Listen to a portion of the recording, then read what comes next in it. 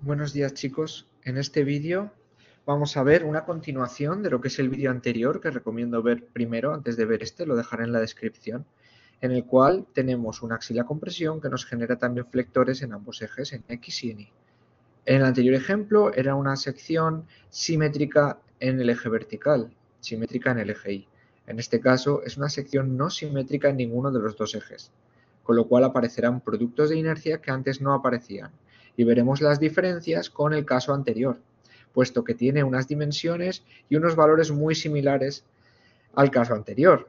Y por eso os digo y repito que es conveniente hacer el ejercicio anterior antes de ver este, ¿vale? Y así poder comparar ambos casos. Bien, las dimensiones son muy parecidas. Vamos a ver también que algunas variables geométricas como el área, los productos, el momento de inercia en el eje X o incluso los momentos generados por esa fuerza son iguales. ¿Vale? Entonces, lo primero que habría que hacer sería saber cuál es el centro de gravedad. ¿Vale? Para ello no me voy a extender mucho. En este caso tiene un centro de gravedad que está en el XG igual a 40 milímetros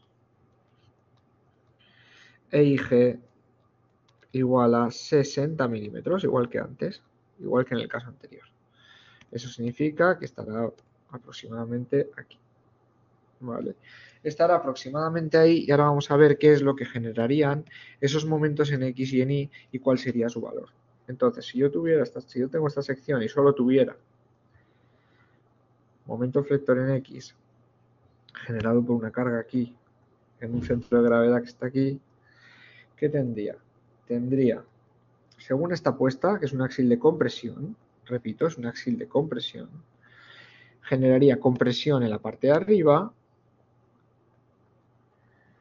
y tracción en la parte de abajo, ¿sí? Entonces, para saber el signo del flector, para aplicarlo luego en la fórmula, ya que por lógica cuando aparecen productos de inercia, momentos de inercia en ambos planos es un poco más difícil, para saber el signo que tenemos que aplicarle a un flector tenemos que imaginar cuál sería un flector positivo en X. ¿Qué es un flector positivo en X? Un flector positivo en X es aquel que me genera un giro donde yo el pulgar de la mano derecha lo pongo apuntando en el eje positivo de X. ¿Qué me genera eso? Si yo pongo eso, los dedos apuntan hacia mí en la parte de arriba, el resto de dedos, con lo cual estaría generando aquí tracción y abajo estaría generando compresión, ¿vale? Esto ya lo he explicado en el caso anterior, esto es lo que sería un MX positivo y por lo tanto el momento que estoy teniendo yo es totalmente al contrario, por lo tanto tengo un momento negativo. Entonces, ¿qué momento tengo? Tengo un momento que será F multiplicado por esta distancia vertical, que es 100 milímetros. Por lo tanto, yo apunto aquí que mi momento en X es igual a menos 100F. ¿Vale? La fórmula aparecerá como negativo y luego al final, pues resolviendo cada uno de los signos encontraremos cosas lógicas en dónde está aplicando compresión, dónde tracción, etc. ¿Y qué ocurre con el momento en Y? El momento en Y aparece porque también la fuerza está desplazada respecto de la vertical con el eje de gravedad.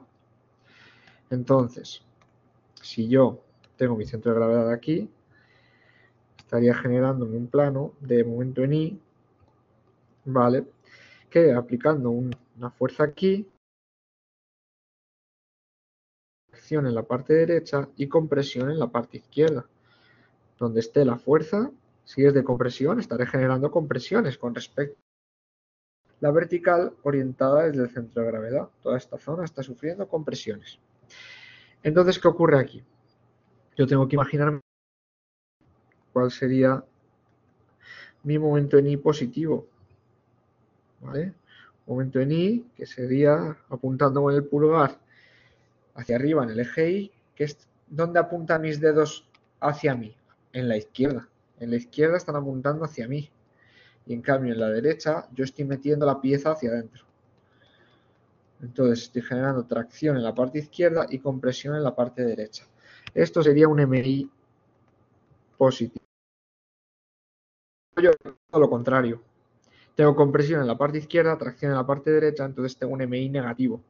¿Cómo de negativo? F por esta distancia horizontal, que son, en este caso, 40 milímetros, ¿vale? son 40 milímetros. Entonces tengo un MI que sería igual a menos 40F.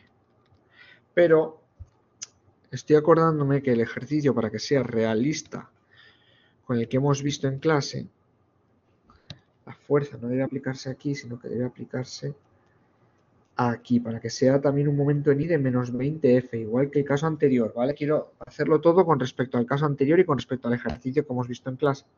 Entonces, la fuerza no va a estar aplicada aquí, sino que va a estar aquí, ¿vale? Olvidar esto de aquí. La fuerza está a 20, ¿vale? Entonces, el momento tiene que ser menos 20F, porque es exactamente... ¿vale? Es exactamente el momento que nos daba en el anterior ejercicio. Y solo quiero que comprobemos las diferencias. Con respecto a dónde genera compresión y dónde tracción, es lo mismo porque simplemente es la zona con respecto al eje vertical. Entonces, da igual que esté un poquito a la derecha o un poquito a la izquierda, que mientras no esté a la derecha del eje vertical, sigue produciendo compresión a la izquierda, ¿vale? Entonces, teniendo esto, ya solo me falta saber métricas, aparte del axil, que vale menos F. Cosas geométricas, el área. El área puesta para que sea el mismo caso que el apartado anterior, 9.600 milímetros cuadrados. El momento de inercia en X es igual que el apartado anterior, 21,76 por 10 a la 6 milímetros cuarta. La inercia en Y es un poco más grande, ya que se le suma el Steiner debido a la diferencia en el eje X del centro de gravedad de cada una de las piezas, y nos da 10,24 por 10 a la 6 milímetros cuarta. Y luego aparecen los famosos productos de inercia, PXY, que en este caso valen menos 7,68 por 10 a la 6 milímetros cuarta. ¿Cómo se calcula la PXY de un cuadrado o de un rectángulo? La PXY será, por ejemplo, la de 1, en este caso la de 1, la de la pieza 1, que sería esta, ¿vale? Sería simplemente 0 más la diferencia en los centros de gravedad de Y por la diferencia en los centros de gravedad de X por el área de 1. ¿Cuál sería la diferencia en I de 1? Sería igual a la I de 1 menos la IG total. Es decir, la I de 1, que en este caso serían 20 milímetros, menos la IG total, que son 60. Y luego se multiplicaría por la distancia en X, que la X1 sería 60, la X total son 40. ¿Vale? Y se multiplicaría luego por el área individual, que son 4.800. ¿Vale?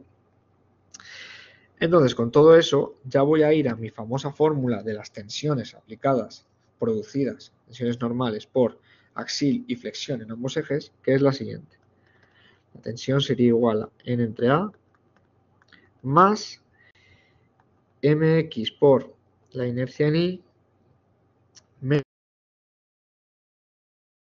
más mi por producto de inercia. Todo ello multiplicado por la I asterisco relativa al centro de gravedad, para cualquier coordenada. Y x y y menos pxy cuadrado. Pone el menos, ¿por qué se pone el menos? Porque un momento en Y, que es el que gobierna esta fracción que voy a poner ahora, genera unas cotas x positivas, donde aparecerá ahora el x asterisco, genera compresiones.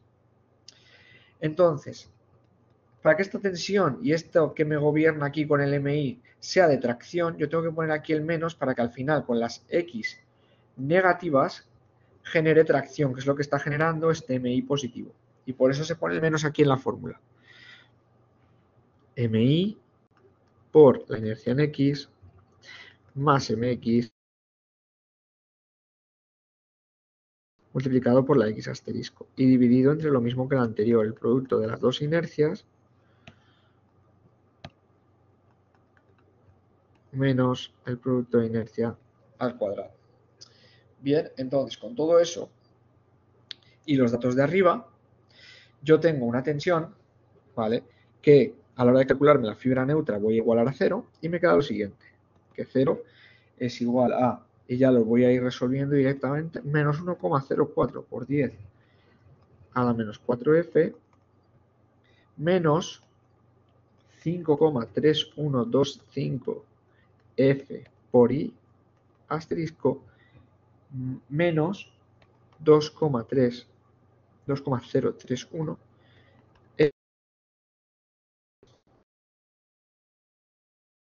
Ahora sobre una fibra neutra, paso el I a la izquierda y me queda menos 19,576 menos X. Y esa es mi fibra neutra. Es decir, si yo tengo esta pieza,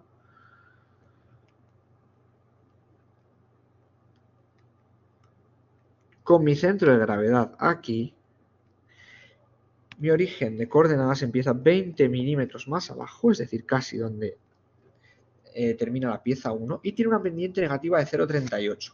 Recordemos que una pendiente de 1 sería exactamente 45 grados entre X e Y, cada vez que avanza X1 y baja 1. En este caso es una pendiente un poquito más chiquitita y tendrá aproximadamente una forma así. ¿Vale? Esta sería mi fibra neutra. ¿Qué ocurre? Ahora nos hemos encontrado con un caso muy diferente al caso anterior. En el caso anterior, recordemos que teníamos algo así, donde teníamos una pieza simétrica y le aplicábamos una fuerza aquí, ¿vale? También a 20 milímetros de la XG que estaba aquí en medio, ¿vale? Y por eso quería dejar la fuerza a 20 milímetros, que al principio la he puesto en la esquina, pero no. Entonces, ¿qué pasaba? Que esto, con respecto a MI, generaba compresiones en la parte izquierda, ¿vale? Con respecto a MX, ¿vale? Como teníamos el centro de gravedad más o menos por aquí, ¿vale? Teníamos aquí compresiones en la parte de arriba.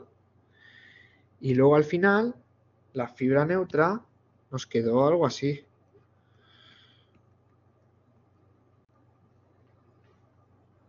Un poquito más abajo del origen de ordenadas, igual que a nosotros ahora, con toda la compresión aquí. Como aquí estaba arriba y aquí estaba a la izquierda, la lógica nos dice que ahora tendrá que estar arriba a la izquierda. Pero en este caso no ha pasado eso.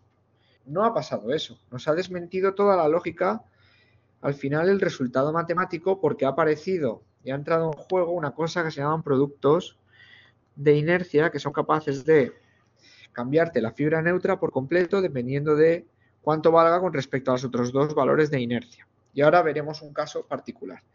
El caso es que aquí, por ejemplo, para comprobar tracción o compresión, pues simplemente podemos hacer una cosa, y es en esta ecuación de aquí, sacar una tensión para unas coordenadas x e y de 0, 0, ¿vale? Que sería el origen del centro de gravedad. Y nos da exactamente solamente el valor este que tenía término independiente, ¿vale? Que es con respecto al efecto que tiene el axil en la tensión. Y nos dice que el centro de gravedad está sufriendo compresión. Entonces, todo lo que esté al lado, junto con el centro de gravedad de la fibra neutra, es decir, toda esta zona será de compresión. ¿Vale? Tiene sentido que el centro de gravedad esté a compresión porque el axil que le provoca el offset a la fibra neutra, es decir, si yo no tuviera axil y solo tuviera los momentos, tendría esta fibra neutra que pasa por el centro de gravedad. Pero al tener un poquito más de axil de compresión, esto hace que la fibra neutra se mueva para acá, favoreciendo las compresiones y creando una zona de más compresión. ¿Vale? Entonces, el ejercicio me dice qué punto tengo que analizar. Vale, bueno, no me dice qué punto tengo que analizar, me dice simplemente que cuánto puede ser el máximo valor de F para que no rompa. Entonces yo tengo que intentar ver el eje más de la fibra neutra y por lo tanto esté más solicitado, ¿vale? Con respecto a esta ecuación que depende de las cotas X e Y y tensión. Entonces yo, lógicamente, me sale evaluar este punto de aquí, que es el que está más comprimido. ¿Cómo lo evalúo? Tensión a una compresión de 800 megapascales porque es la de rotura y lo analizo para unas cotas X e Y de ese punto que curiosamente en X es 0 porque coincide con la vertical del centro de gravedad, pero en Y tiene un valor de 100. Si yo sustituyo eso, me queda que menos 800 megapascales es igual a menos 1,04 por 10 a la menos 4 F, ¿vale? Menos 5,3125. Ay, se me había olvidado aquí. Esto es por 10 a la menos 6. Esto es por 10 a la menos 6. Cuidado que no lo había visto. Esto es por 10 a la menos 6. Estamos... nos tienen que quedar cotas coherentes, ¿vale? No puede ser que el axil tenga tan poco efecto con respecto ¿vale? Comparado sobre todo con lo que vimos en el caso anterior, ¿vale? Sí que es verdad que puede ser que el axis sea muy bajo, pero si todavía no sabemos qué fuerza está generando, esto no tiene sentido, ¿vale? Tienen que ser coordenadas y órdenes de magnitud coherentes. Por 10 a la menos 6 F, ahí que es 100, menos, y como al final aparece una X que vale 0 para el punto que estoy analizando, pues 0. Al final me queda una F que resolviéndolo me sale aproximadamente 1259 kilonewton. Es decir, no puede pasarse de 1259 kilonewton. Para asegurarme del todo, yo podría intentar analizar esta cota, que es la máxima de tracción. ¿Vale? Recordemos que toda esta zona estaba sufriendo tracciones.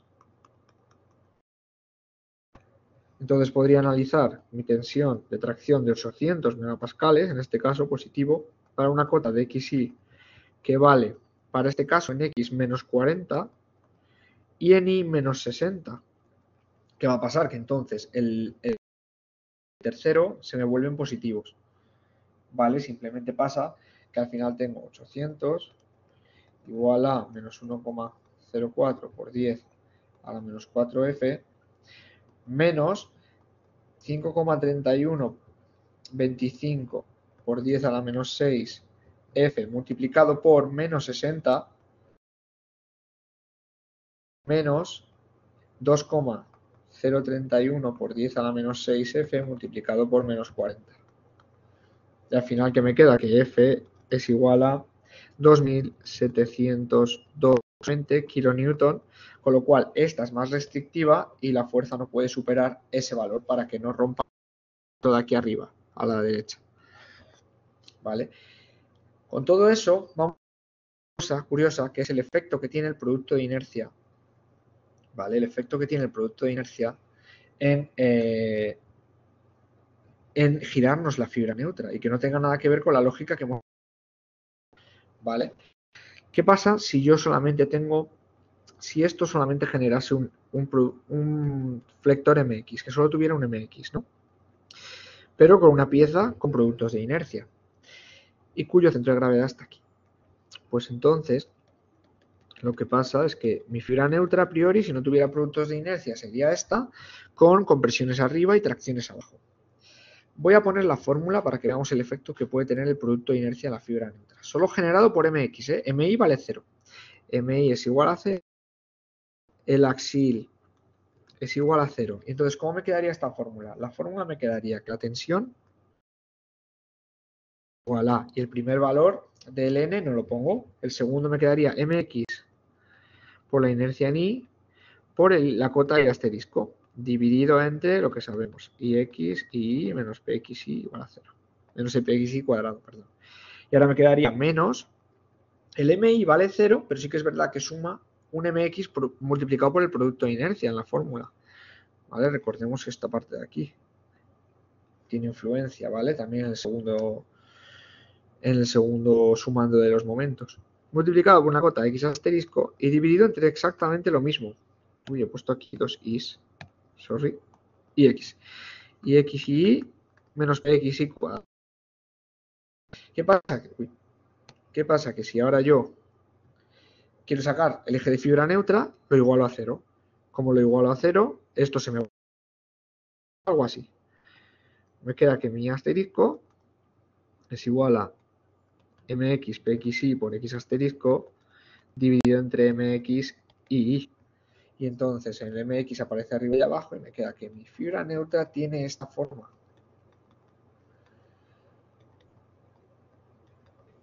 Mi fibra neutra tiene esta forma, es decir, la pendiente de mi fibra neutra solo por un efecto del mx ya no va a ser 0, sino va a ser la división entre el producto de inercia y la inercia en I.